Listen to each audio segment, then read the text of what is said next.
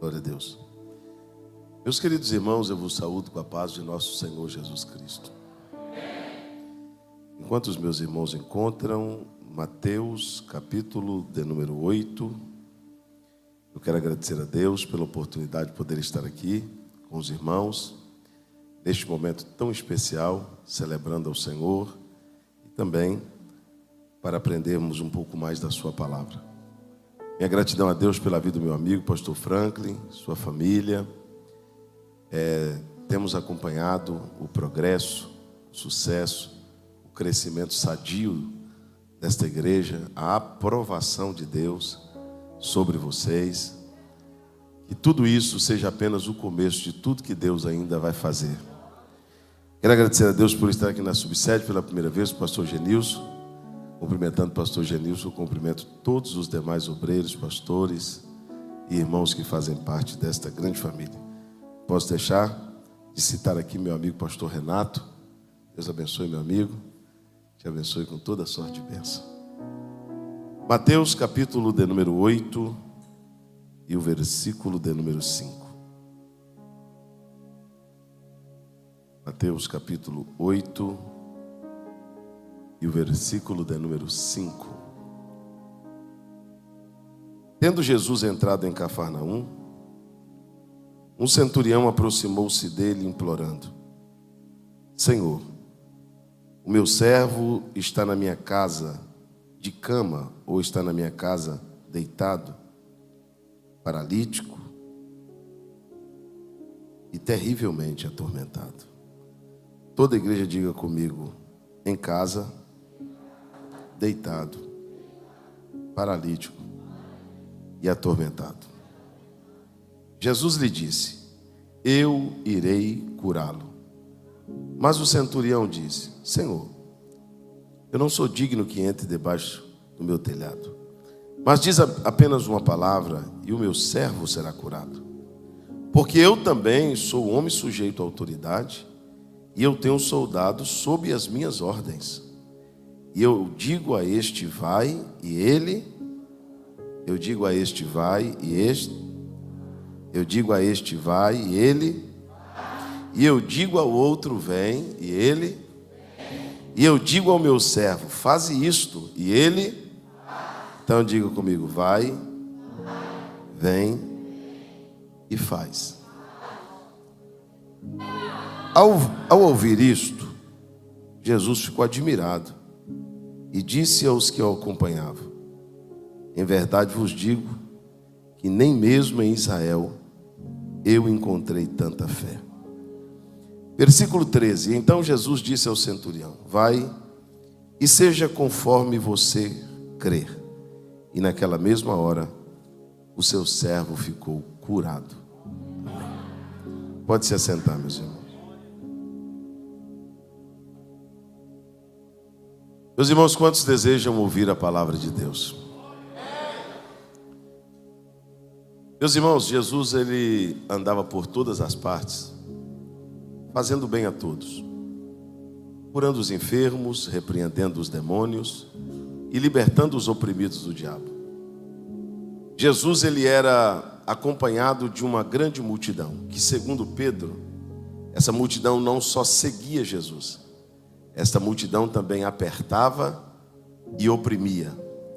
Esta multidão que seguia Jesus dia e noite, noite e dia, a ponto de alguns textos dizerem, pastor Franklin, que Jesus não tinha tempo para comer. Em algumas ocasiões, Jesus não tinha tempo para dormir. Esta multidão sufocava Jesus. Chegar perto de Jesus era uma tarefa extremamente difícil, porque as pessoas concorriam uma vaga em volta de Jesus. Então imagina Jesus que para chegar perto de Jesus você era empurrado, chutado, tomava cotovelada, alguém te puxava, porque quem chegou queria estar ali primeiro. E esse centurião, este homem, ele toma conta de uma centúria de soldados. Ele é um homem funcionário de Roma. Ele é um homem que trabalha no alto escalão. Ele tem uma vida social, ele tem uma vida financeira estabilizada.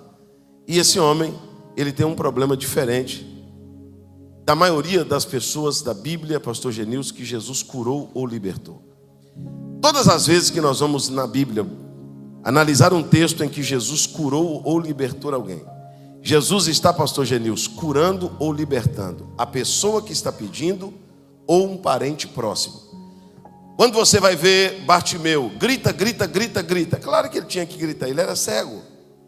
A mulher do fluxo de sangue, pastor, ela foi engatinhando, sofreu. É claro que ela sofreu. Ou ela sofria para ser curada, ou ela morria. A viúva de Naim chorou, mas chorou pelo filho. A mulher cananeia gritou, Jesus, filho de Davi, mas foi pela filha. Jairo abandonou tudo para buscar Jesus, mas porque tinha uma filha morrendo. Porque não é difícil buscar um milagre quando ele é para mim, ou quando ele é para um filho meu, para um parente, para minha mãe, para o meu pai. Este texto aqui é completamente diferente. O centurião não está doente. O filho do centurião não está doente. A mulher do centurião não está doente. Quem está doente é o empregado do centurião. Olha, só me escute agora. Eu não sei se aqui quantos patrões tem aqui, quantos empregados tem aqui. Eu quero saber qual é o patrão que fecharia a empresa, iria a pé daqui em Santarém para buscar a cura de um empregado. Você tem 100 empregados, você vai largar tudo para ir buscar a cura de um funcionário. Sabe por que você não faz isso, patrão? Não é porque você é mau, é porque a fábrica não pode parar. Então é mais fácil você colocar uma placa ali e dizer assim, admite-se. Aí você pega aquele que está doente, manda para o INSS ou para o hospital, seja para onde for, e você vai colocar uma outra pessoa no seu lugar. É justo, sim ou não? É justo, é claro que é justo. Porque uma pessoa doente, ela não trabalha. Uma pessoa doente não dá lucro. Uma pessoa doente não faz a coisa andar. Esse centurião foi até Jesus, e esse homem foi um homem, que a Bíblia explicitamente diz só uma vez, porque todos os milagres que Jesus fazia, o texto diz assim, e a multidão ficava admirada, e o povo ficava admirado, porque tudo que Jesus faz deixa a gente admirado, sim ou não? Nesse texto aqui, o povo não está admirado, o centurião não está admirado. Sabe quem está admirado? Jesus. Irmão, Jesus me deixar admirado não é difícil não. Agora, o que eu posso fazer para deixar Jesus admirado? O que eu posso fazer para Jesus ficar admirado com o que eu estou fazendo? Esse homem tomou uma atitude que só Jesus tomaria. Por isso que ele deixou Jesus admirado. Primeiro, ele começa dizendo o seguinte: Senhor, eu tenho um servo. Vamos lá, todo mundo. Eu tenho um servo. Então, o homem é servo. O homem é o quê? Servo. Segundo, pastor Genilson, ele diz assim: o meu servo está em casa. Onde o servo está? Em casa. Se for trazer isso para a igreja, se for trazer isso para o ministério, se for trazer isso para a gente, os servos somos nós, sim ou não? E a casa, onde é?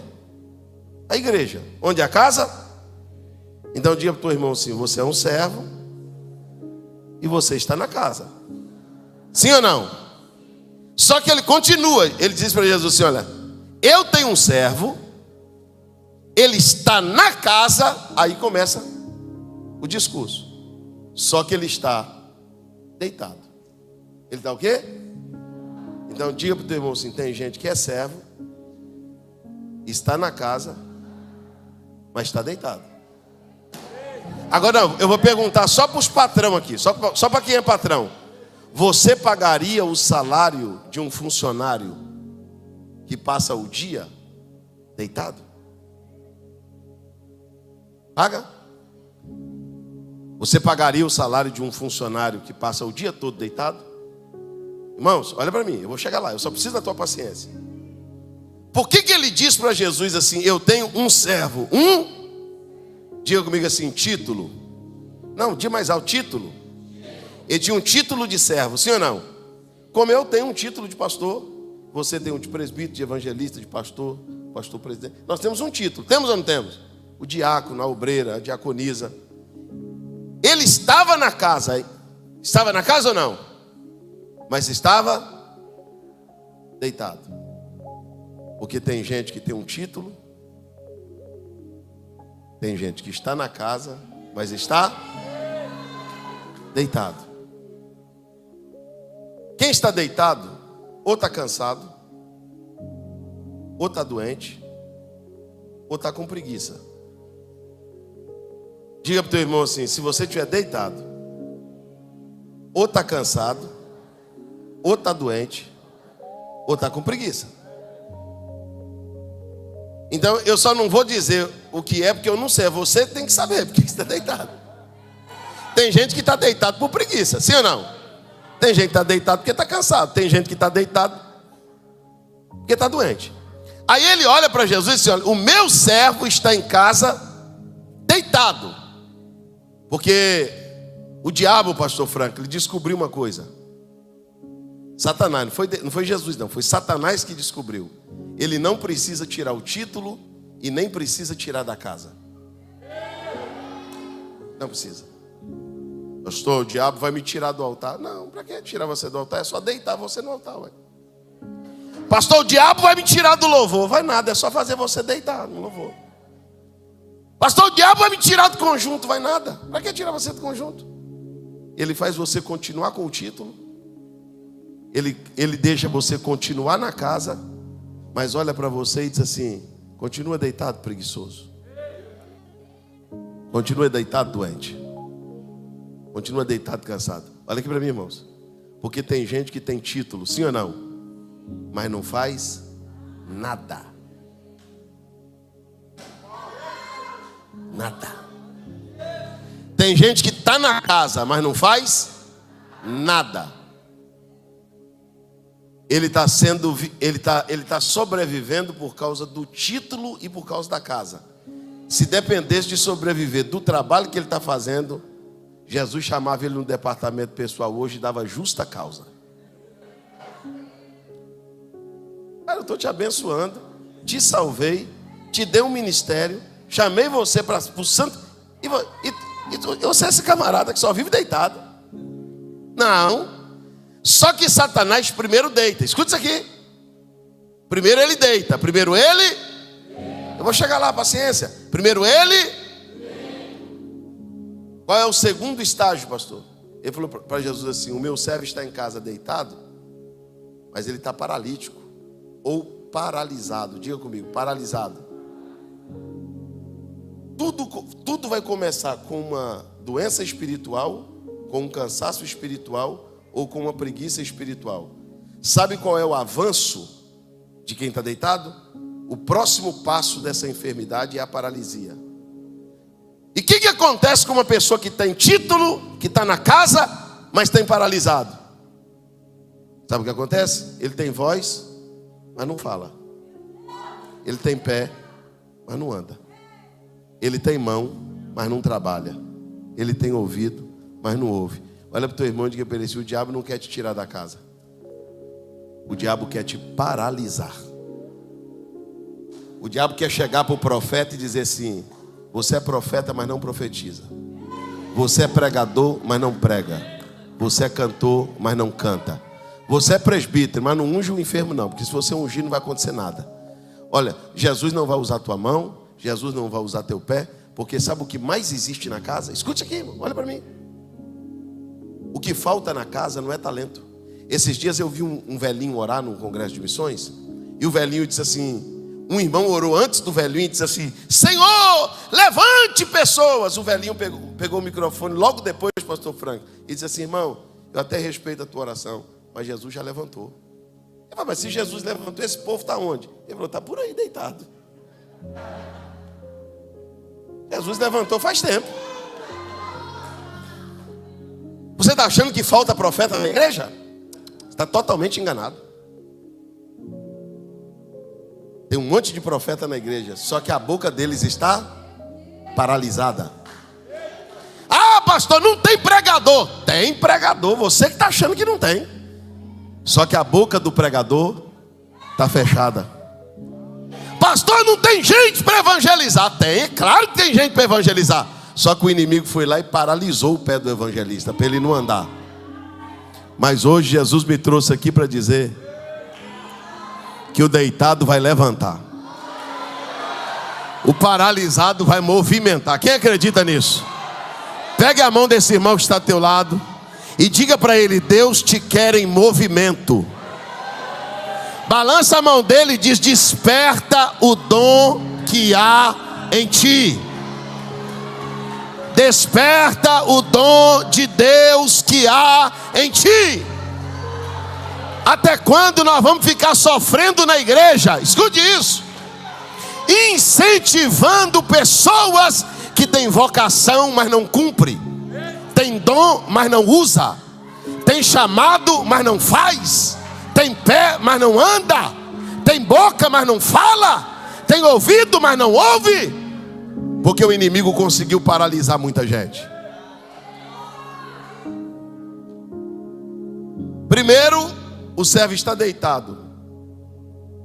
O segundo estágio é que ele está paralisado. Ele está o quê?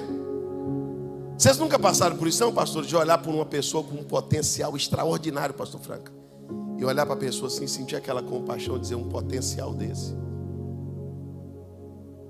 pessoa com uma voz dessa, um chamado desse, está aí encostada, está aí parada, porque o inimigo conseguiu paralisar a pessoa. Só que o próximo nível, pastor Renato, primeiro o inimigo deita, depois ele paralisa e depois ele atormenta. O problema sai do físico e vai para o espiritual. O inimigo começa com uma preguicinha. Prega não, canta não, cantor. Você cantou muito alegre hoje, canta menos. Pega leve. Aí você: mesmo, rapaz, eu acho que vai me dar para uma vez assim, eu vou cantar. O pregador, não dá o teu melhor não, cara. Prega. Aí primeiro você deita. Vou no culto hoje não. Vou orar essa madrugada não. Outro dia eu vou no culto. Primeiro ele vai te deitando. Aí você vai ficando preguiçoso, negligente, omisso. Logo depois que ele consegue te deitar, ele te paralisa. Daqui a pouco seu dom já não evidencia. Sua voz já não sai. Sua perna já não anda. Sua mão já não se move. E daqui a pouco a senhora está aí dizendo: ei, pastor, essa mensagem é para mim, porque Deus me usava. Essa mensagem é para mim, pastor, eu era um instrumento da mão de Deus. Essa mensagem é para mim, porque eu era uma pessoa ativa na obra. Eu era uma pessoa que Deus me chamava, eu estava pronto. Quem sabe o inimigo não conseguiu te paralisar. Agora ele olha para Jesus e diz assim: só que o meu servo, além de estar deitado, além de estar paralisado, ele está terrivelmente atormentado. Ele está o quê? Atormentado. A tormenta não é física. A tormenta é espiritual. Pega uma pessoa da igreja, irmão, escute isso. Pega uma pessoa da igreja que tem tudo para ser um exímio pastor, um exímio evangelista, um exímio diácono. Se Satanás atormentar o casamento dele, Satanás atormentar a vida emocional dele, se o inimigo criar uma situação de perturbar a vida dele espiritualmente, para atingir o caráter dele, a moral dele, para fazer a mente dele trabalhar de forma errada, daqui a pouco você vai ter um crente dentro da igreja que é servo, que está na casa, mas que está pensando, sabe em quê? Em se matar. E o outro? Em largar a mulher. E o outro? O outro está pensando que se continuar do jeito que está, ele volta para a maconha, ele volta para o pó. Se continuar do jeito que está, essa mulher continuar me atormentando, pastor, arruma um amante, hein? Se esse marido meu continuar do jeito que está, eu largo ele, arrumo outro. Aí já virou tormenta. O problema já não é mais físico. O problema é espiritual. Aí Satanás diz assim: está vendo o problema na casa dele lá? Bota um laço aqui, ó, no caminho dele. Ele vai passar aqui. Está vendo o que ela está passando com o marido? Vou colocar um cara para trabalhar junto com ela no trabalho. Um laço, uma armadilha para trabalhar junto com ela. Vou derrubar ela. Porque aí agora o problema é espiritual. Ele percebeu que conseguiu deitar, conseguiu paralisar e agora atormentou. Agora eu pergunto para os irmãos: pastor, então esse servo não vale nada? Um servo deitado, paralisado e atormentado? Mas se ele não vale nada, por que o centurião largou tudo para ir até Jesus? Mas se ele não valia nada, por que o centurião não contratou outro? Queria ele. Se ele não valia nada, por que o centurião deixou os 99 lá e falou para Jesus assim: eu vou lá recuperar um. Eu vou te dizer por quê. Levanta comigo as duas mãos aos céus. Porque o inimigo não tenta nem deitar, nem paralisar e nem atormentar um servo inútil. Ele só faz isso com servo em potencial. Se você está enfrentando uma batalha contra o inimigo, é porque ele viu que quando... Não, levanta a mão, é agora que eu vou falar. Pastor, por que o inimigo quer me deitar, me paralisar e me atormentar? Porque quando você está de pé, quando você está em movimento e quando você está sem tormento, a máquina funciona. Quando você está bem com Deus, ninguém te segura. Quando você está bem com Deus, você é cheio do Espírito Santo. Quando você está bem com Deus, você é um trator. Você é cheio de ideia, de estratégia. Quando você está bem com Deus, o negócio contigo funciona. E o inimigo, sabendo que funciona, ele tentou criar uma estratégia para te deitar, para te paralisar e para te atormentar. Pega a mão desse irmão que está do teu lado, você vai liberar uma palavra na vida dele e no ministério dele agora. Diga para ele assim: quem está deitado vai se levantar. Quem está paralisado, balança o braço dele assim, diga assim: vai se movimentar. Não, mano, aproveita desse momento para dizer para ele assim: o inimigo não vai calar tua voz, nem vai parar teus pés, nem vai segurar suas mãos. Não vai. O inimigo não vai conseguir deixar você na cama parado, porque Jesus está dizendo: eu vou te levantar. Se tem alguém que acredita nessa palavra, levante as tuas mãos e dê glória a Deus.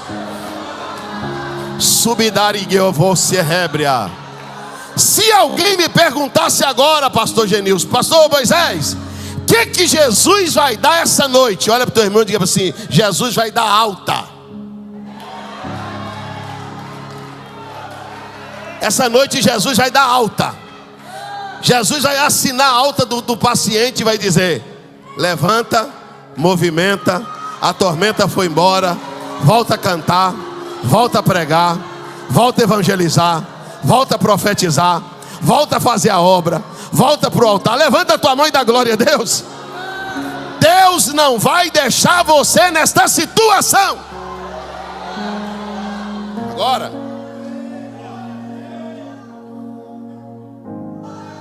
escute. Chorai-me entre vós e a remia. Eu fiquei lutando, irmãos. E olha que tem quase 30 anos que eu prego essa Bíblia.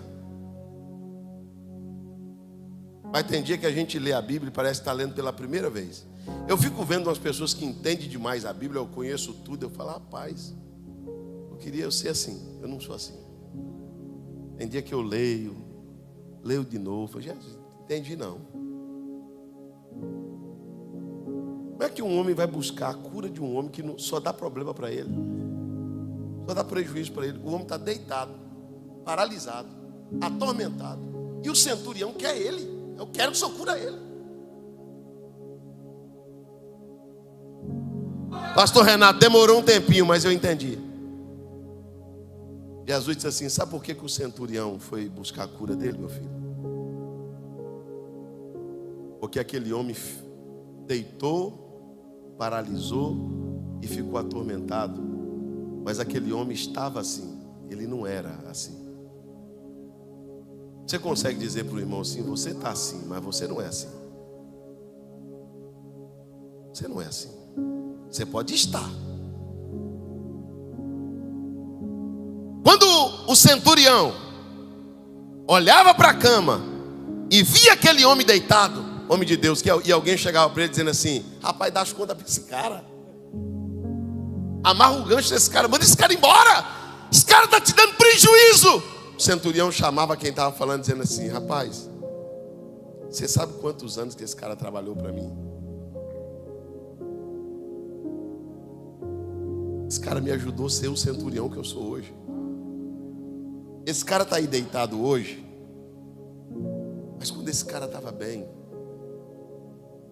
Ele fez para mim coisa que muita gente que está bem hoje não fez. Posso te dar uma notícia? Se Jesus olhasse só para o hoje,